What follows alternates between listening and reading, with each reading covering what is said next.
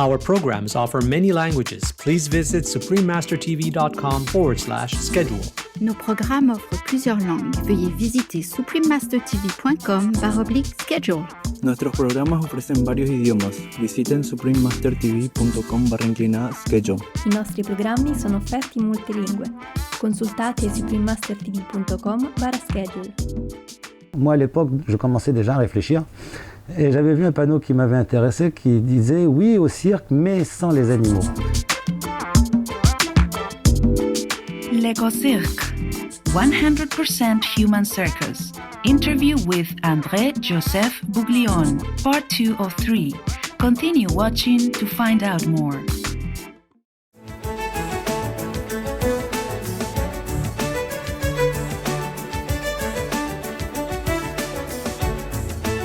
Я тебе кохаю is how you say I love you in Belarusian. I am Andrei.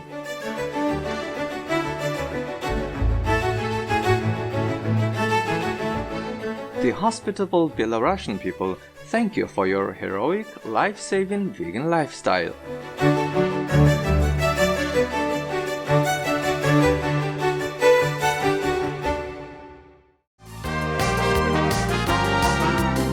Welcome to part 2 of a 3-part series entitled L'Éco-Cirque, 100% Human Circus interview with André-Joseph Bouglione.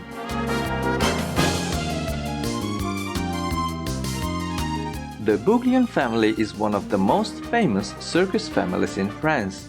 The Bouglione brothers have owned and directed Cirque d'Hiver in Paris since 1934.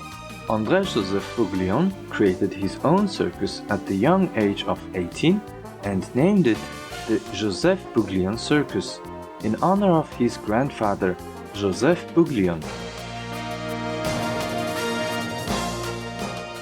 Realizing the cruelty of using live animals in the shows, in 2017, André-Joseph Bouglione decided to stop the inhumane practice and together with his wife, Sandrine Bouglione, he created L'Éco-Cirque, a pioneering 100% human circus which replaces live animals with holograms.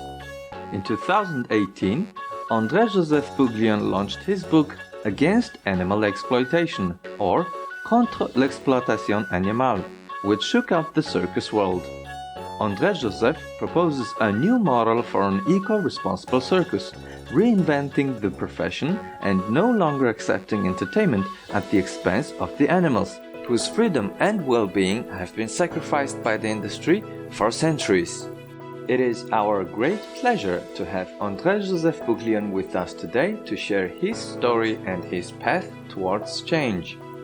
Before he and his wife transformed their circus, they encountered some people who were protesting on behalf of animal rights. J'ai eu des manifestations comme tout le monde, mais curieusement, finalement, assez peu. C'est pas ça du tout qui nous a fait changer d'avis, mais parce que peut-être ça aurait été tous les jours. Là, oui, on aurait peut-être changé d'avis à cause de ça. Mais en fait, nous, on a fait le calcul avec Sandrine, en 20 ans, on a eu 2 manifestations. C'est très peu. Par contre, ça a eu quand même un impact, une influence, notamment la dernière manifestation, parce que j'avais vu un panneau, moi à l'époque je commençais déjà à réfléchir, et j'avais vu un panneau qui m'avait intéressé qui disait « Oui au cirque, mais sans les animaux ». Alors qu'avant je pensais que ces gens-là étaient contre le cirque, oui. Ce que je ne comprenais pas. Je me disais, bon, s'ils n'aiment pas ça, ils ont qu'à aller voir ailleurs. On n'est pas partout, on peut voir du théâtre, on peut voir de l'opéra, on peut voir du cinéma. Si on veut se divertir, il n'y a pas forcément besoin d'aller au cirque. Donc, mais vraiment, je pensais qu'ils étaient contre nous, contre les cirques. Mais en fait, non, ils étaient juste contre l'exploitation et la captivité animale.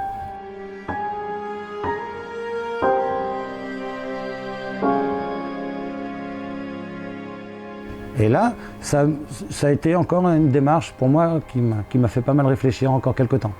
Tout à fait, tout à fait. Jusqu'en arrivé en 2017 où là j'ai dit c'est bon. Bon après on a placé les animaux parce qu'on a pris la décision de le faire. On a fait ça très discrètement parce qu'on ne voulait pas non plus subir de représailles de la part du métier ou de certains excités.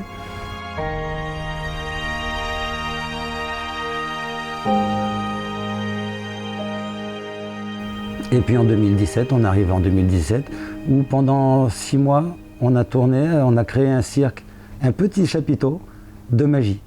Ah, Ouais. Et il y avait juste un poisson rouge. d'accord. Alors, je disais sans animaux, mais il y a quand même un poisson rouge, donc, comme si on n'arrivait pas à quand même aller totalement jusqu'au bout, quoi. C'est bizarre, hein, maintenant que j'y pense. Ouais. Et en fait, on avait un problème, c'est que c'était marqué Bouglione sur les affiches, et les gens venaient pour voir des animaux. Ah, ouais. Et je pense qu'il y avait un public, potentiellement, pour voir un spectacle sans animaux, mais vu que c'était marqué Bouglione, eh ben, vu que c'est associé, mon nom est associé à la présentation d'animaux, eh bien, on n'arrivait pas à toucher notre public. En fait, ça marchait très mal à cause de ça. Et parce qu'on a vraiment une identité très forte. Le public français, pour eux, Bouglione, c'est le cirque traditionnel, avec les clowns, les acrobates, tous, bien sûr, mais là, la composante, la vraie couleur, c'est les animaux. Et là, on est en train de changer ça. Donc, mais il a fallu beaucoup communiquer, beaucoup expliquer aussi notre démarche, pourquoi, comment, et puis ce qu'on prévoit pour l'avenir, l'alternative.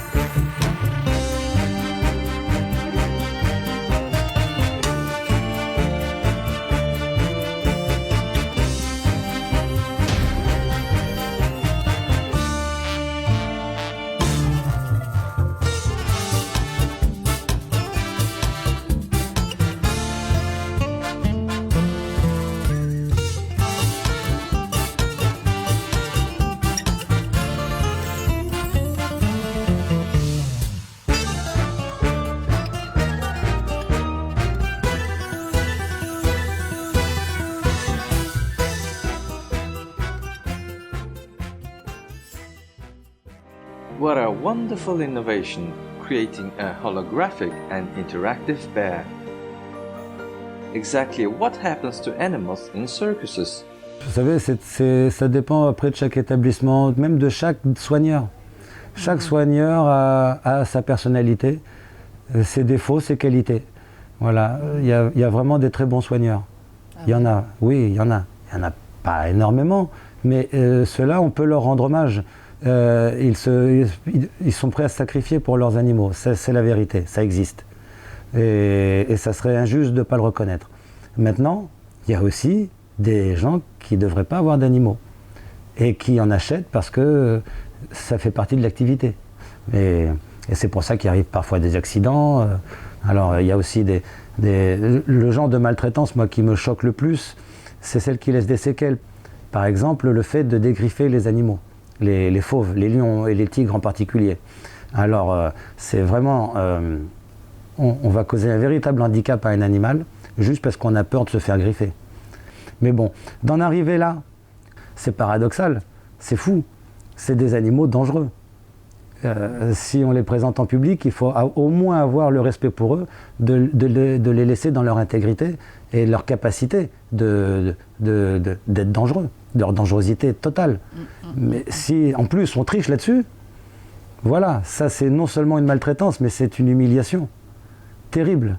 Surtout que ça laisse des séquelles extraordinaires sur la marche, sur la morphologie, sur le bien-être, sur le fait même ils ne peuvent plus manger de la même manière sans les griffes. Eh oui. Il y a plein de choses comme ça qui me révoltent. En fait, si on comment dire, pour moi, le problème avec la maltraitance, c'est que c'est vrai qu'elle existe, mais c'est pas ça le sujet. Quelle que soit la gravité du sujet, le vrai sujet, c'est la captivité et l'exploitation d'animaux en voie d'extinction. Parce que sinon, si on tombe sur la maltraitance, eh bien, on peut dire aussi, ben voilà, mes animaux sont bien traités, donc je peux les garder et continuer comme avant. Alors qu'ils ont une vraie place à l'état sauvage. Vous voyez ? En fait, le vrai problème, notre vrai problème aujourd'hui, c'est que notre activité, elle est obsolète. Elle est d'un autre âge, d'un autre temps. Voilà. Peut-être que ça ne s'est jamais justifié de mettre des animaux sauvages dans des cages, surtout dans des roulottes, pour aller se promener dans toute l'Europe et les présenter à des gens qui n'en ont jamais vu. Aujourd'hui, avec tous les moyens qu'on a, on n'a vraiment plus besoin d'aller au cirque sur un parking de supermarché pour voir des animaux qui sont sur le goudron et parfois dans des états qui ne justifient pas leur présentation en public, justement. What happened to André-Joseph Bouglion's animals after he decided to no longer use them in his circus? Ben, on les a placés. On les a placés. Il y en a quelques-uns que j'ai pas réussi à placer. Alors c'est plus compliqué de placer des animaux domestiques parce qu'ils peuvent finir à l'abattoir. Et ça, j'avais très peur de ça. C'est quelque chose qui est curieux, mais il y a, même s'il y a de la maltraitance, il y a quand même des règles, des choses qu'on ne fait pas.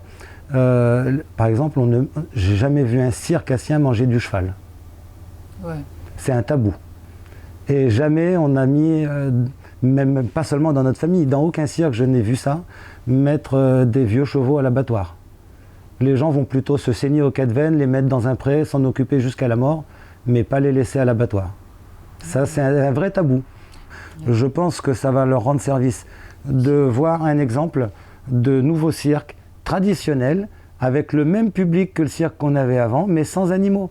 Parce que même dans le public de cirque traditionnel animalier, il y a des gens qui demandent à voir aussi un spectacle, d'amener les enfants voir des vrais clowns, des vrais trapézistes, un vrai spectacle de cirque, mais juste débarrassé de ce malaise. Et ben ces gens-là, ils aiment le cirque traditionnel. Mais il y a beaucoup parmi eux qui ressentent une gêne aujourd'hui avec la présentation d'animaux. Donc, quelque part, au départ, je n'ai pas pensé au public quand j'ai décidé d'arrêter de présenter des animaux, mais quelque part, je pense qu'aujourd'hui, c'est le bon moment pour le faire.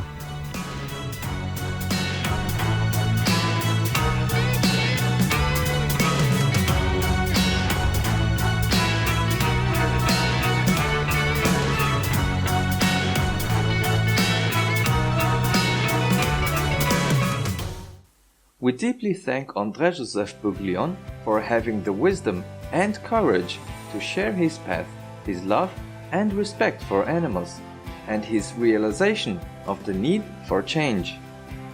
May all human beings take better care of our beloved animal co-inhabitants, protecting and nurturing all living beings. For more information on l'Ecocirque, please visit ecocirque.fr. Compassionate viewers, thank you for your gracious presence today. Join us again on Sunday, January 3rd for part 3 of l'Ecocirque 100% Human Circus interview with André-Joseph Bouglion. Coming up next is ushering in the new year with homemade orange-flavored vegan chocolate truffles right after No 12 News, here on Supreme Master Television. May your hearts flourish with compassion and faith evermore. Our programs offer many languages. Please visit suprememastertv.com/schedule and suprememastertv.com/AJAR.